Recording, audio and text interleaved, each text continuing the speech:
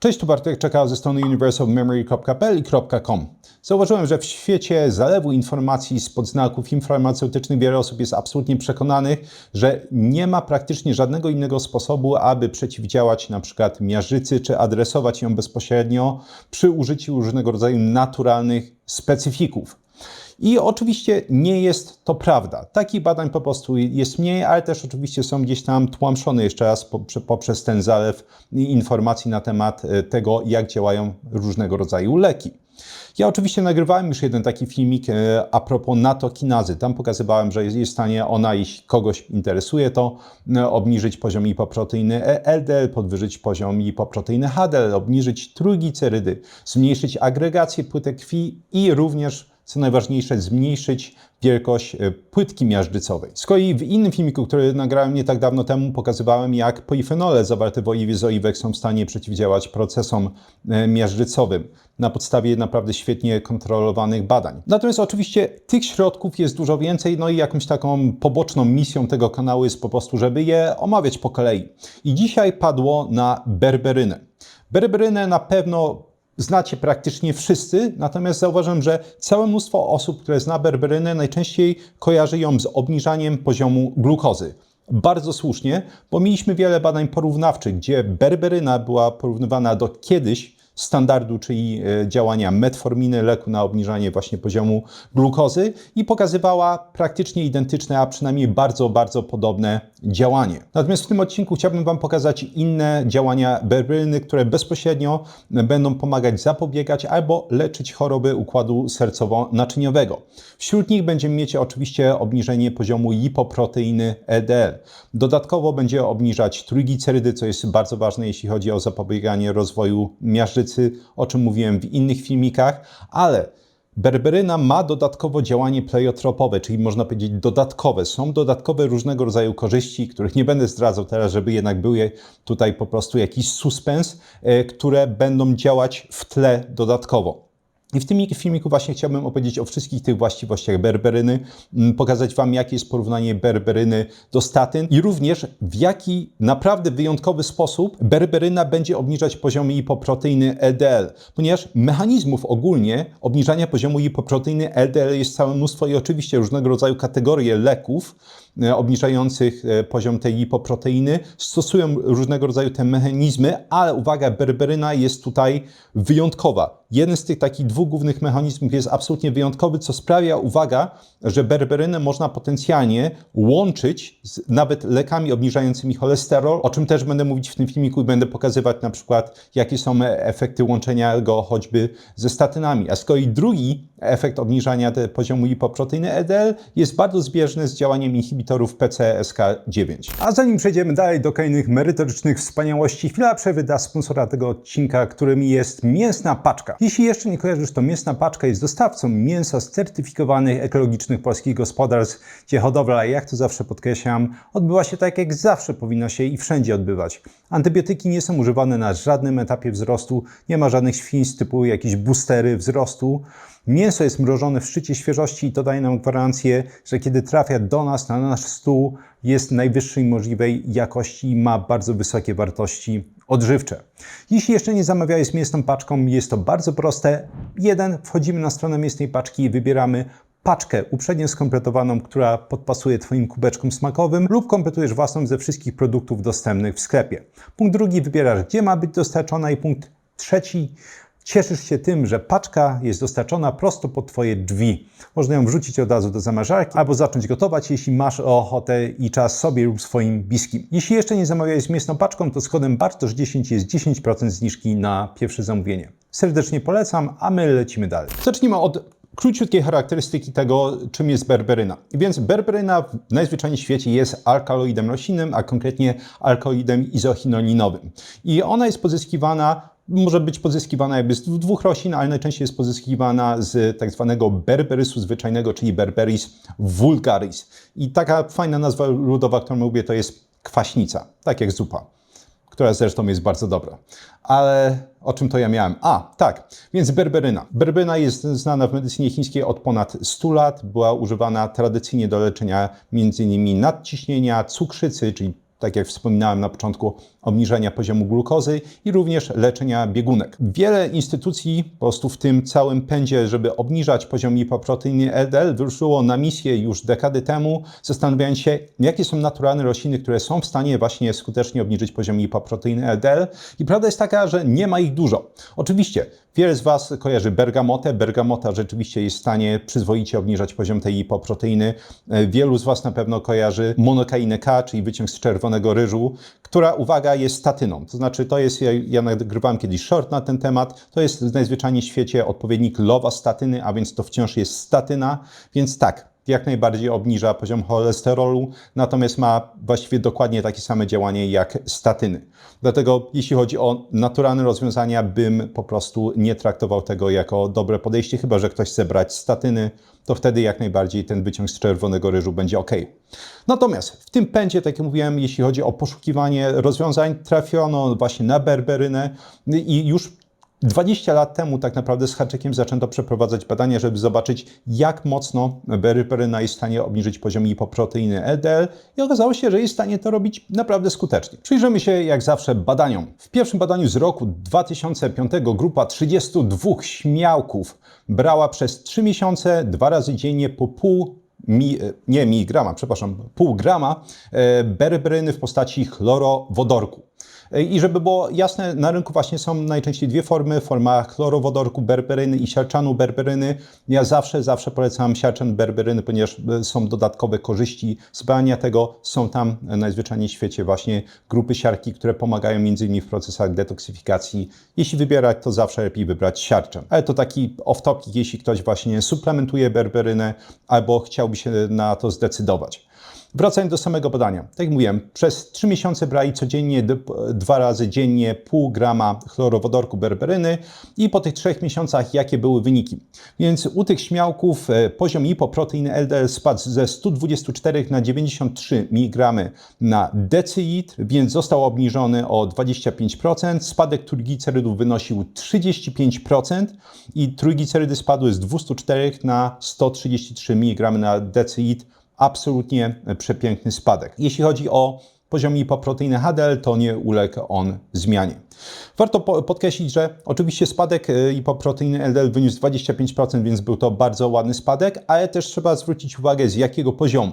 Z poziomu 125, co szczerze mówiąc, jak na wiele osób, które ma podwyższony poziom lipoproteiny LDL i próbuje z tym walczyć, nie oceniam, czy to jest słuszne, czy nie. Jeśli ktoś ma wyższy poziom lipoproteiny LDL, to może spodziewać się jak najbardziej dużo większych spadków. Tak?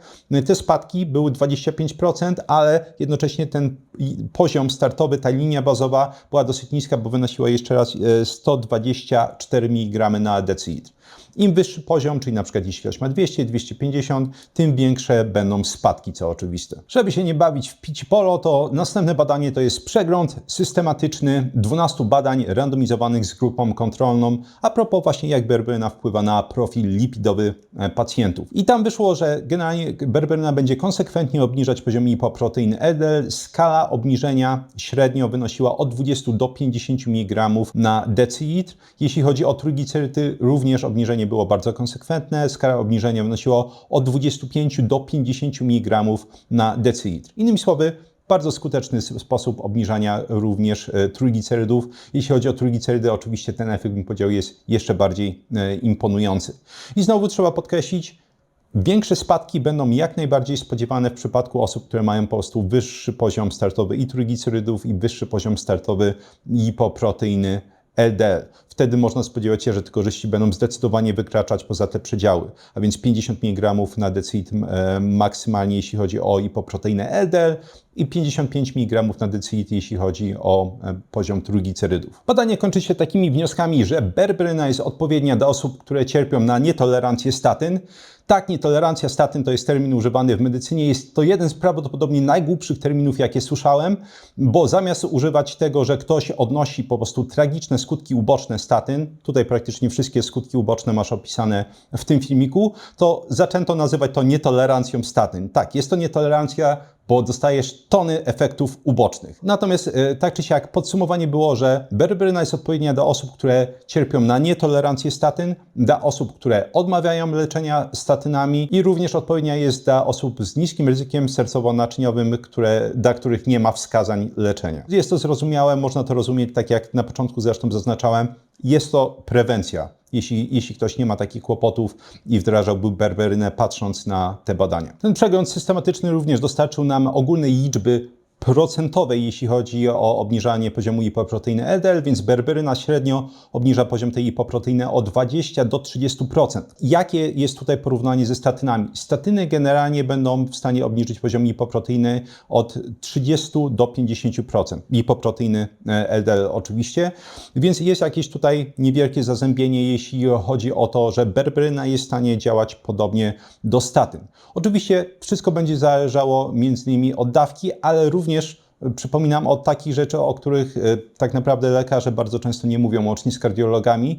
To znaczy w Twoim poziomie lipoproteiny LDL, kiedy zrobisz sobie lipidogram, znajduje się również poziom lipoproteiny A. Więc statyny nie są w stanie obniżać poziomu lipoproteiny A, również berberyna nie jest w stanie tego zrobić. Więc jeśli dochodzi do punktu, kiedy nie da się bardziej obniżyć poziomu lipoproteiny LDL mimo różnego rodzaju terapii łączonych, to najprawdopodobniej warto zrobić sobie badanie lipoproteiny A i okazuje się, że właśnie ten poziom lipoproteiny A jest na tyle duży, że będzie podbijać poziom samej lipoproteiny LDL. Jest to opisane w tym filmiku. Jakie z kolei jest porównanie, jeśli chodzi o inne nutraceutyki, czy innymi słowy te takie naturalne substancje. One generalnie będą w stanie obniżyć poziom lipoproteiny LDL od 5 do 15% średnio. I tutaj jeszcze raz przypomnienie, wyciąg z czerwonego ryżu, czyli monokaina K jest tak naprawdę lovastatyną. Tutaj zdjęcie dowodowe, tak jak mówiłem, nagrywałem short na ten temat, jeśli ktoś chciałby upewnić się, że rzeczywiście tak jest. Czyli berberyna na tle innych nutraceutyków wypada świetnie. Tak naprawdę jest najczęściej dużo skuteczniejsza. Natomiast nie bez powodu wspominałem na samym początku filmiku, że mamy jeden mechanizm działania berberyny, jeśli chodzi o obniżanie poziomu lipoproteiny LDL, który sprawia, że jest ona wyjątkowa i potencjalnie można ją łączyć z innymi środkami obniżającymi poziom lipoproteiny LDL, jeśli komuś na tym zależy. W jednym z badań pokazano na przykład, że dodanie właśnie berberyny w ilości 2 razy po pół grama dziennie do simvastatyny w ilości 20 mg dziennie spowodowało zwiększenie spadku lipoproteiny LDL z 23,8% do 31,8%. Natomiast uprzedzam, można jak najbardziej berberynę łączyć z innymi właśnie nutraceutykami, czyli takimi naturalnymi środkami albo lekami, które po prostu nie są tak inwazyjne jak choćby ezetymib, który będzie ograniczał wchłanianie cholesterolu w jelitach. Przejdźmy sobie do mechanizmu, poprzez które będzie działać berberyna. Zacznijmy sobie od obniżania poziomu lipoproteiny LDL. Jeśli chodzi o statyny, to oczywiście my wiemy, że tym klasycznym mechanizmem, poprzez który statyny działają, będą obniżać LDL, będzie hamowanie enzymu, który się nazywa reduktaza HMG-CoA.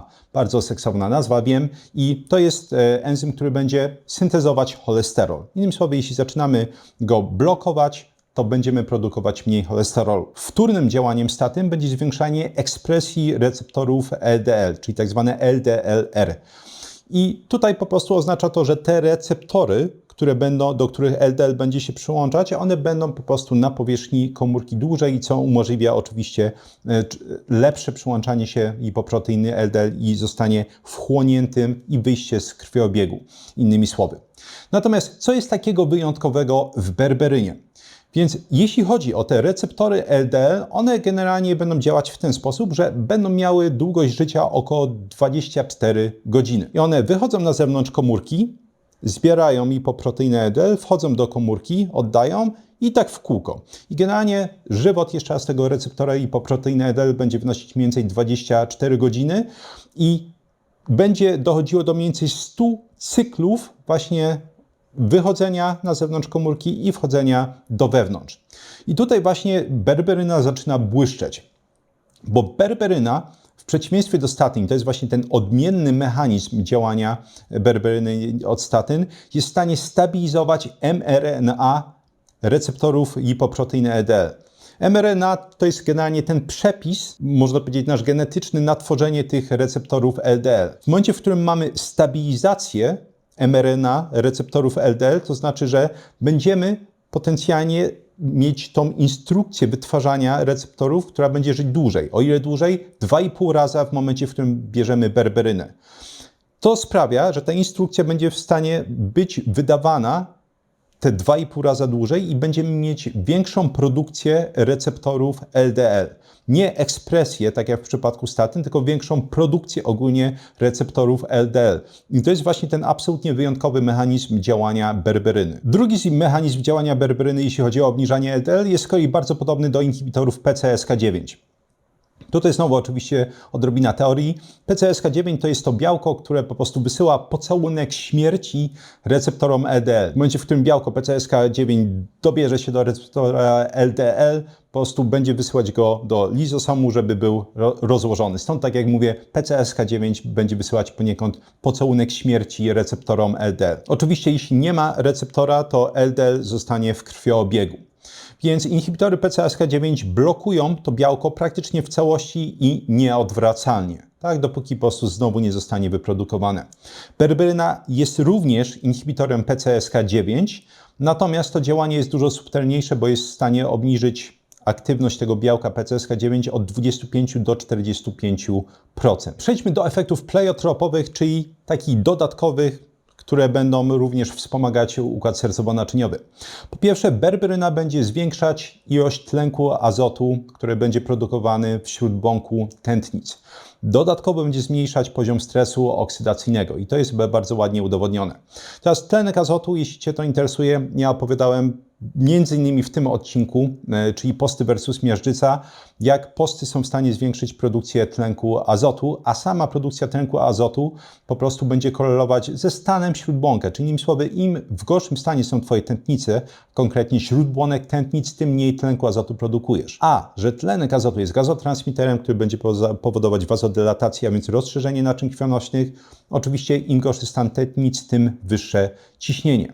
Natomiast tlenek azotu ma całe mnóstwo różnego rodzaju fantastycznych funkcji. Już wspominałem parę razy na kanale, że między innymi będzie powodować mobilizację tzw. progenitorowych komórek śródbłąka. To są komórki, które będą regenerować śródbłonek. Czyli tutaj tlenek azotu jest poniekąd sygnalizatorem, żeby te progenitorowe komórki śródbłąka weszły w śródbłonek i zaczęły naprawiać tętnicę, jeśli coś tam jest nie tak. Ale sam tlenek azotu oczywiście, tak jak mówiłem, będzie obniżać ciśnienie, jest m.in. antyoksydantem, będzie zmniejszać oksydację lipoproteiny LDL, co jest jednym z głównych mechanizmów również powstawania miażdżycy. Pozytywnych efektów, mechanizmów, poprzez które działa tlenek azotu, aby zapobiegać zawałom, jest oczywiście tona, ale jak kiedyś wspominałem, będzie o tym osobny filmik.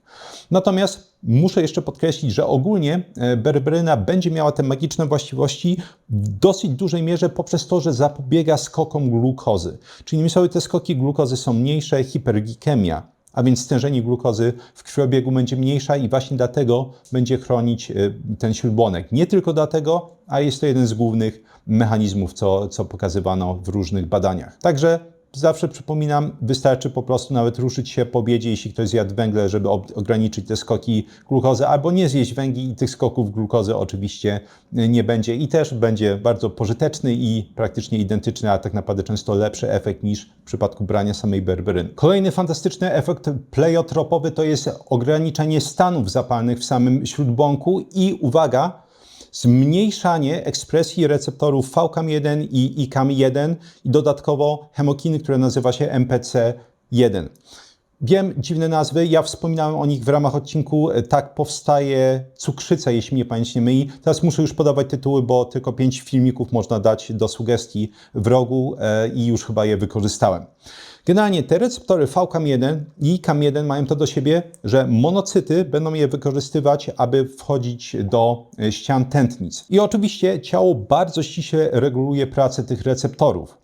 Co się dzieje, kiedy ekspresja tych receptorów jest zwiększona? Więcej monocytów wchodzi do ścian naczyń krwionośnych. I oczywiście monocyty mogą przekształcić się w makrofagi w komórki piankowe i mamy oczywiście całą jazdę z powstawaniem samej blaszki miażdżycowej i ogólnie uruchomienie procesów miażdżycowych. Warto podkreślić, oczywiście sam zwiększony poziom glukozy w krwiobiegu zwiększa ekspresję tych receptorów. Stany zapalne w naczyniach krwionośnych zwiększają ekspresję tych receptorów. Z kolei ta chemokina MCP1, ona będzie powodować przyciąganie zwiększone monocytów. Jakie tutaj mamy powiązanie? Jeśli berberyna zmniejsza ekspresję tych receptorów VCAM1 i ICAM1 i zmniejsza po prostu aktywność tej chemokiny MCP1, oznacza to, że mniej monocytów jest przyciąganych i jednocześnie przyłącza się do tych receptorów.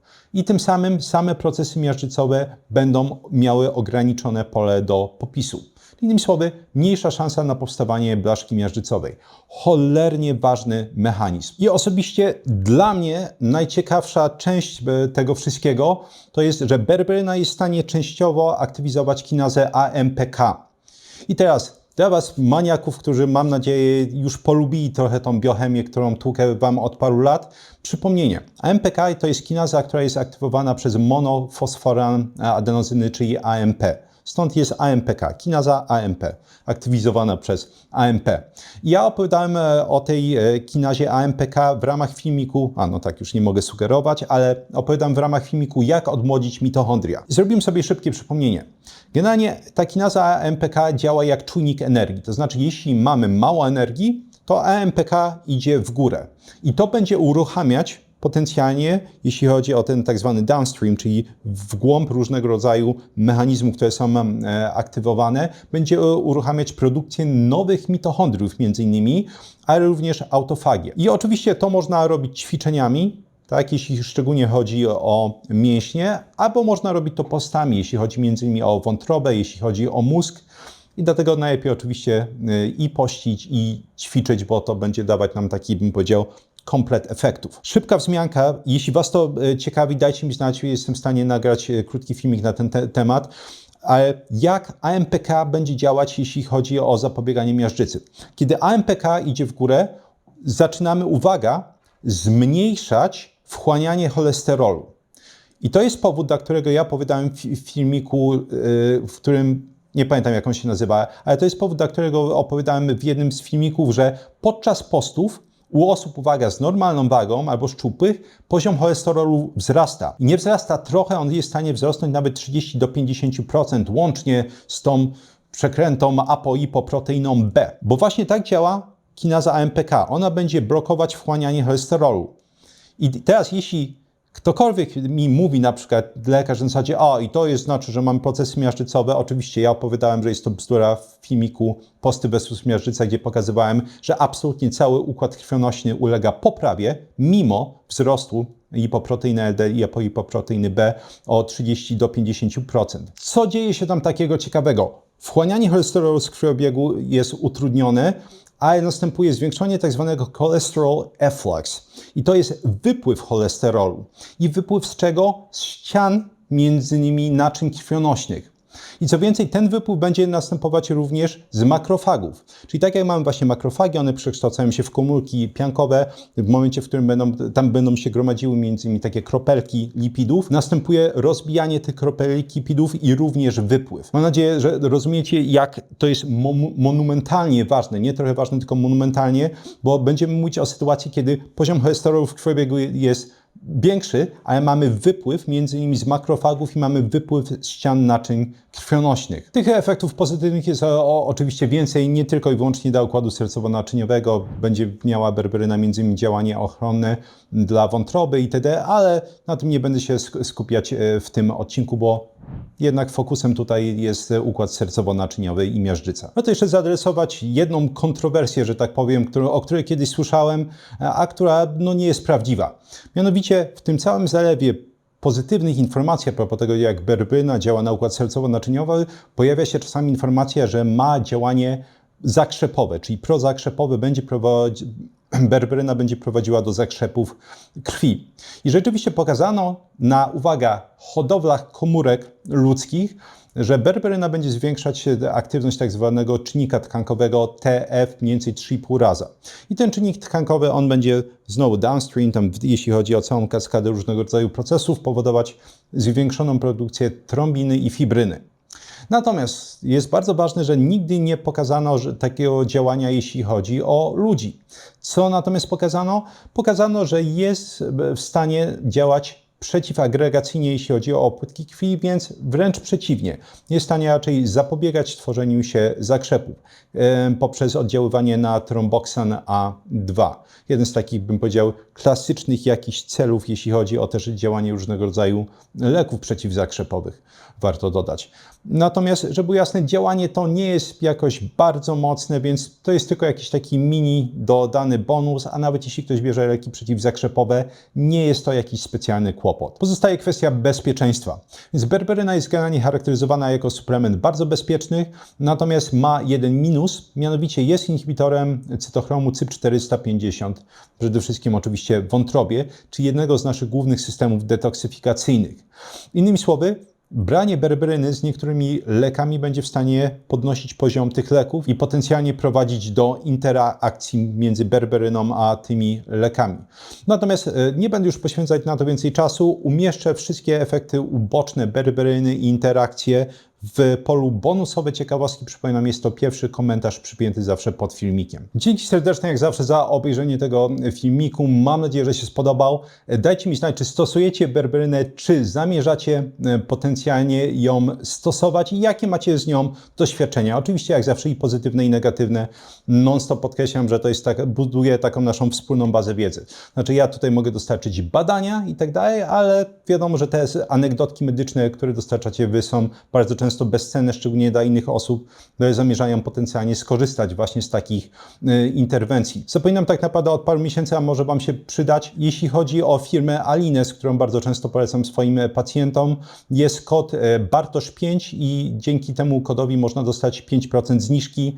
Firma Alines jest firmą polską, którą jeszcze raz bardzo polecam. Mają całe mnóstwo różnego rodzaju certyfikatów jakości, więc te suplementy są naprawdę świetne. No i mają m.in. właśnie siarczan berberyny, jeśli kogoś to interesuje. Link do tego umieszczę w opisie filmiku, jeśli kogoś będzie to interesować. Ja jak zawsze będę obecny w sekcji komentarzy, przynajmniej przez chwilę, żeby odpowiedzieć na jakieś pytania. Przypominam, że to najczęściej nie jest więcej niż parę godzin w porywie, jeden dzień, bo po prostu jest tych komentarzy za dużo. Z kolei będę klasycznie oczywiście polecać swoje flagowe kursy, czyli Vocabulary Labs, laboratoria językowe, gdzie pokazuję, jak samodzielnie nauczyć się dowolnego języka bez konieczności non-stop chodzenia do szkół językowych, brania prywatnych korepetycji, kupowania podręczników, aplikacji itd. Jeden uniwersalny system do dowolnego języka, żeby nauczyć się uczyć języków raz na całe życie. Kurs Experts Incubator, czyli kuźnia ekspertów, gdzie z kolei pokazuje, jak samodzielnie opanować dowolną dziedzinę od A do Z, jak skutecznie zapamiętywać informacje, tworzyć głębokie ich zrozumienie i wdrażać suche informacje w praktykę. Idealne dla studentów, dla maturzystów, osób, które chcą po prostu dobrze zdawać egzaminy, kolokwia, może dostać stypendium. Dla osób, które nienawidzą swojej pracy i chciałyby z niej zrezygnować, albo już to uczyniły, natomiast nie mają jeszcze nowych kompetencji, żeby dostać nową pracę. Dodatkowo dla osób, które kochają swoją pracę, pracują w niej od lat, natomiast potrzebują zdobyć dodatkowe kompetencje, może zdać jakiś certyfikat, jakiś papierek zrobić, żeby dostać podwyżkę lub awans. I na koniec dla osób takich jak ja, może i Ty, czyli osób, które nienawidzą zapominać tego, co czytają i słuchają, nie chcą mieć tego uczucia straconego czasu. I na koniec o jeden włos za daleko. W tym kursie pokazuję, jak zatrzymać i odwracać androgenowe łysienie, zarówno u pań, jak i u panów, jak diagnozować i powstrzymywać telogenowe wypadanie włosów, ten stan, kiedy włosy wypadają całymi garściami, kępkami, są wszędzie w domu. I również w tym kursie pokazuję, jak radzić sobie z różnego rodzaju uporczywymi chorobami skóry głowy, w tym uporczywym łupieżem. 3 piosenki rockowe w pierwszym komentarzu pod filmikiem, żeby mnie spędzić czas również po wysłuchaniu tego filmika. Pod piosenkami bonusowe ciekawostki dotyczące tego odcinka, a więc w tym przypadku interakcje i skutki uboczne. I pod tym wszystkim literatura naukowa, na którą powoływałem się w tym odcinku. Z kolei w opisie znajdziesz linki do różnego rodzaju produktów, urządzeń, które polecam. Wysokopolifenolowa oliwa z oliwek Numa. Jest tam kod zniżkowy na nią. Lampy na światło czerwone i bliskiej podczerwieni Mitowel, których sam używam i polecam swoim pacjentom. Kod zniżkowy dla Alines i również link do mojego newslettera poza produktami. Jeśli klikniesz ten link, wyskakuje okienko, tam można wprowadzić swój adres mailowy i tam z kolei wysyłam artykuły powiązane z drugą częścią mojej działalności, a więc nauka języków obcych, poprawa produktywności, poprawa pamięci i tym podobne dziedziny. Na koniec, jeśli spodobały Ci się informacje podane w tym filmiku, można je ściągnąć w formie łatwo dostępnych fiszek elektronicznych. Ta opcja jest dostępna zawsze dla patronów kanału. kanału. Patrona kosztuje 40 zł miesięcznie. Można zapisać się nawet na 1 miesiąc i ściągnąć sobie fiszki do tego odcinka i ponad już chyba 200 poprzednich odcinków. Dodatkowo dla patronów jest dostępna sekcja Badanie Tygodnia, gdzie raz w tygodniu publikuję najciekawsze badanie danego tygodnia oraz prywatne forum, gdzie można mi zadawać pytania, bo mam bardzo często z innymi patronami, użytkownikami fantastyczne dyskusje na różnego rodzaju tematy dietetyczno-medyczne i wokół tej tematyki, chociaż nie tylko. Dzięki jeszcze raz za wysłuchanie tego odcinka i do usłyszenia w następnym.